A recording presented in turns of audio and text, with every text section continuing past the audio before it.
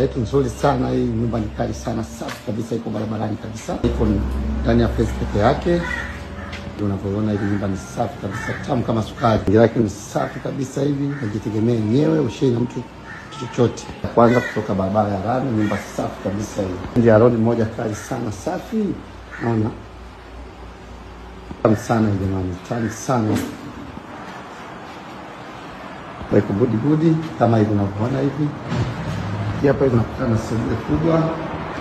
Sebule kubwa kabisa, majimo ya mwana najiachia safi. Unaona? Namna hii hapa. Ndio wanakuangalia namna nyumba hiyo tamu. Ni hii hapa. Wewe unakuja na sufuria tu, mtungi, kila kitu unakuta mtungi wa gesi. Watu wa bomba kabisa jikoni bwana. Hapa unakutana sehemu ya kuweka washing machine, ni hapa hivi. Hapa public toilet ni hapa. Public toilet. Cha kwanza hiki hapa. Mbali kubwa, disha mbili safi. Master bedroom. Iko pande hizi hapa.